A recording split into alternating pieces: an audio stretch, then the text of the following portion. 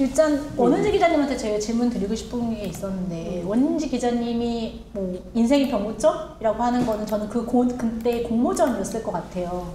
사실 그 이전에도 꿈꿨던 미래가 있었을 텐데 사실 어떤 미래를 꿈꿨는지 좀 궁금했고, 그리고 지금은 또 지적 성범죄를 추적하는 이제 추적단 불꽃이 된 거잖아요. 왜 그런 선택을 했을까? 이런 두 가지가 좀 궁금하더라고요. 좀 그 부분부터 저희 독자들한테 전달해주면 더 이야기가 더 많이 나올 것 같습니다. 네. 이번 주에 네. 글로 쓰면서 정리했던 부분인데요. 책 준비를 하면서 네. N번방 사건을 취재하는 그 활동 자체가 인생의 변곡점인 줄 몰랐어요, 당시에는. 근데 이제 N번방 사건 자체가 이제 언론의 좀 특성인 것 같은데, 이제 보도한 후에 이제 몇 개월 뒤에 이제 주목을 다시 받게 되면서 이제 그때부터 사실 이건 인생의 변곡점이다, 약간 이런 느낌을 받았던 것 같아요. 그러니까 보도하고 나서는 좀 세상이 어떻게 바뀌려나 하는 기대와 어떤 여러 이제 뭐 아는 분들은 아시겠지만 이게 바로 언론사에서 크게 이슈가 받아들여지고 그래서 이제 뭐 커버하는 보도가 나오고 그러지 않았기 때문에 어느 정도의 어떤 무기력함도 있었거든요. 근데 이제 확실히 추적단 불꽃 활동을 하겠다고 2020년 3월에 좀 유튜브를 통해서 선언을 하게 되면서 이 일을 언제까지 할 수 있을진 모르겠지만 그때 당시에 저는 이제 언론사 취업을 준비하고 있었거든요. 그래서 그걸 잠시 내려두고 이 일을 해야겠다라는 판단을 했던 거니까 확실히 어떤 직업을 찾는 일만큼의 큰 의미로 저에게는 이 사건이 다가왔었습니다. 네. 어떤 뭐 짧게 말씀드렸는데 그냥 언론사 들어가서 기자로 밥 벌어먹고 사는 그런 미래를 꿈꿨었고요. 고등학교 때부터 그랬던 것 같아요. 기자가 네네. 그래서 비슷하네. 그렇구나. 네. 공통점 하나. 기자를 꿈꾸셨던 건데. 네. 근데 왜 어쨌든 말씀하신 대로 기자가 꿈이었는데 이제 진짜 성범죄를 추적하는 그런 삶을 살게 된 결정적인 그런 선택을 했던 계기가 있었을까요? 왜 나는 그런 선택을 그때 당시에 다시 그걸 해도 되는 거잖아요. 수납 불꽃 활동을 잠깐 중단하고 그 다음에 이제 취업을 할 수도 있었는데 그런데 그때 우리가 우리 룰이라고 부를 때라는 이제 제가 N번방 추적기를 썼던 책에도 이제 짧게 이제 언급이 되어 있는데 N번방 사건을 보도한 후에 이제 여러 그 시행착오들을 겪고 이제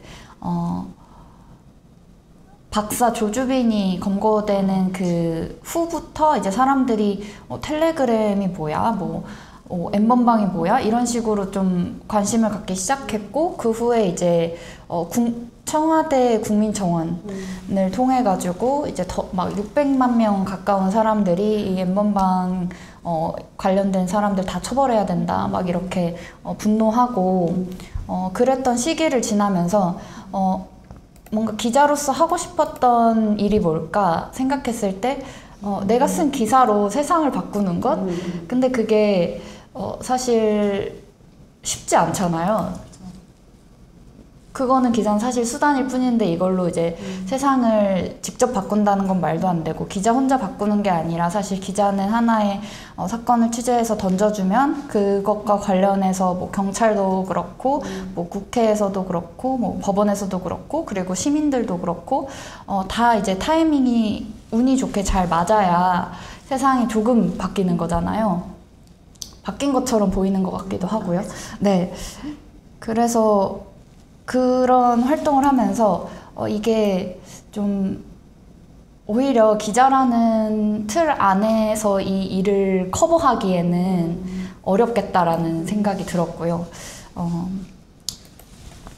그리고 무엇보다 그 일이 재밌었던 것 같아요. 그때 추적단 불꽃 활동을 했던 일들이 재밌었고, 피해자분들을 만나서 그분들이 뭐 기자나 아니면 뭐 경찰 수사관한테는 말하기 어려워하는 이야기들을 이제 저한테는 되게 편하게 해주셨거든요.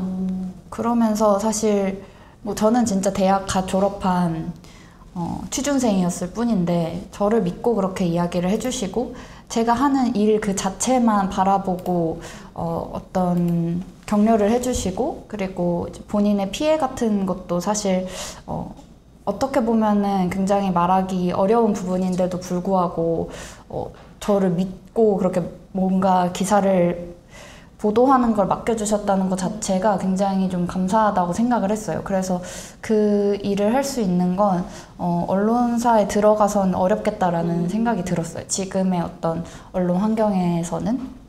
그래서 추적단 불꽃 일을 계속 했죠. 네.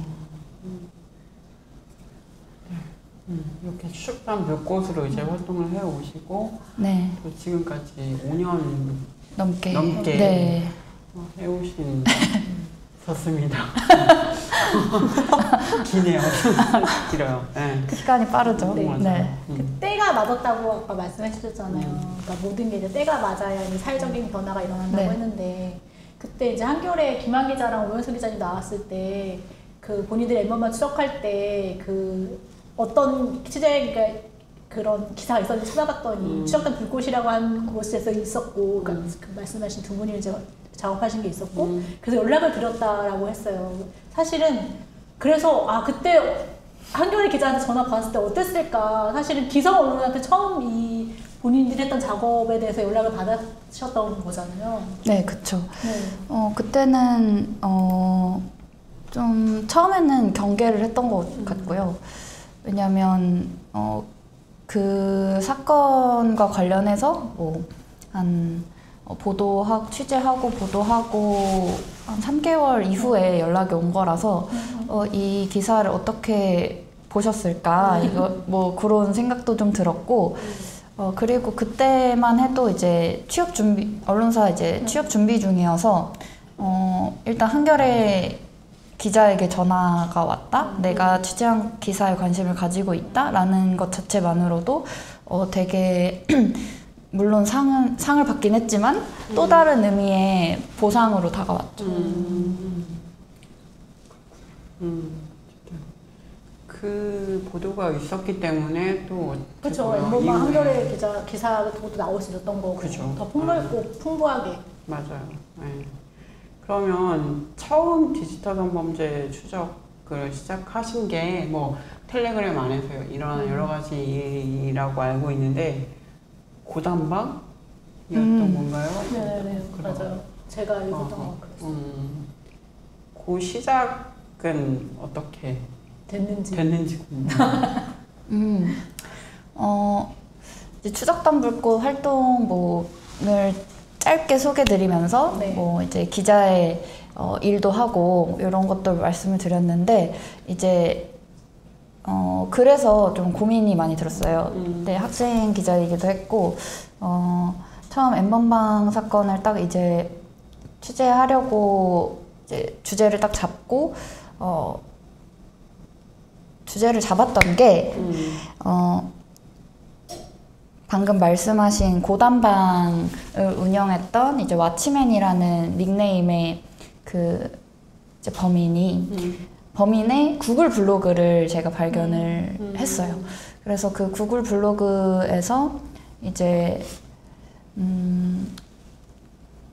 당시에는 이제 엠번방을 번호방이라는 이름으로 불렀었거든요. 그래서 그런 아동 청소년 성착취물을 텔레그램에서 공유를 하고 있고 그 아동 청소년들의 뭐 신상 정보까지도 유포되고 있다라는 게 이렇게 좀 저는 드라이하게 말했지만 마치 굉장히 재밌는 뭐 영화의 품평을 하듯이 그렇게 쓴 글을 보고 좀 충격을 받았어요. 그래서 그 충격이 좀 가시기도 전에 이게 만약에 사실이라면 지금 텔레그램 안에서 어떤 일이 벌어지고 있는 거지? 하는 좀 두려움이 있었고 그래서 취재를 하기 전에도 텔레그램이라는 곳에 대해서 이전에 좀 저는 한번 사용해봤던 적이 있어서 개인정보를 이제 타인이 보지 못하게끔 설정을 하고 이제 취재를 했는데요.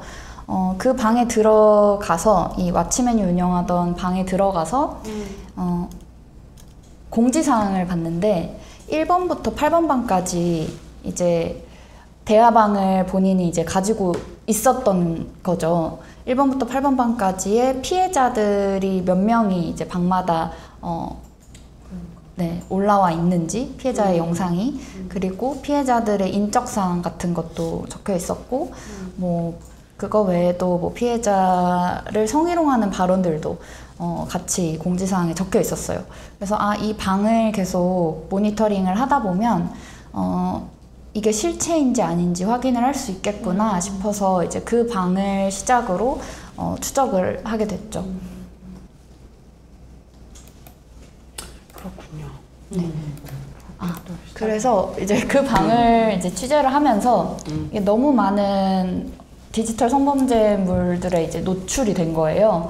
그래서 뭐 그때 당시에는 힘들다 뭐 이런 감각을 하지는 못했던 것 같아요. 근데 이제 추후에 이제 그런 것들에 너무 이제 노출이 되다 보니까 힘들어서 뭐 심리 상담도 받고 뭐 이렇게 좀 치유도 하고 그런 시간이 좀 필요했었는데요.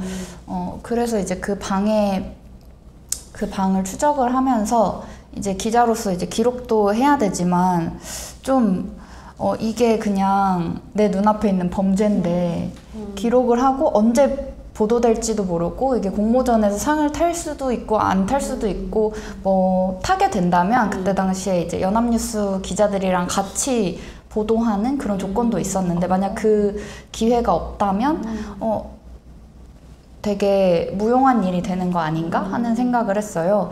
그래서 경찰에 이제 동시에 이제 신고를 했었어요. 네, 그때 이제 다른 기자분한테 조언을 얻어서 피해자가 아무래도 아동 청소년들이었고 그래서 이제 경찰에 같이 이제 보도를 하면서 경찰에 신고를 하면서 같이 보도 준비를 하고 그리고 이제 경찰에서 이제 수사에 필요한 자료 같은 것들도 취재했던 그런 모니터링 결과를 이제 공유하면서 같이 어떻게 보면은 협업을 하게 됐던 거죠. 되게 전략적으로 뭔가 하신 그런 느낌. 맞아요. 그땐 전략인지도 모르고 진짜 이걸 어떻게 해야 돼? 막 발을 동동 구르면서 쥐어 짜낸 결과들이었어요. 그 박지현님이 그 얘기하고 가셨어요. 경찰에 신고하면 3-4개월 후에 연락 온다. 아침에 잡았어요 라고. 그렇게 하면 한 30분 즐거웠다고 했어요. 그렇죠. 그런 또 실제적으로 너무 많기 때문에 또 다시 텔레그램 보면은 거기 또 너무 많은 피해자들이 있으니까 딱 30분 즐거웠다 이런 얘기 하시더라고요. 맞습니다. 네. 근데 이제 그러니까 당사자분들은 이게 되게 어떻게 하지 이런 결과인데 밖에서 보기엔 되게 너무 어떻게 이렇게 하지? 그런 게 있었어요. 처음에. 감사합니다. 처음이 아니라 계속 그런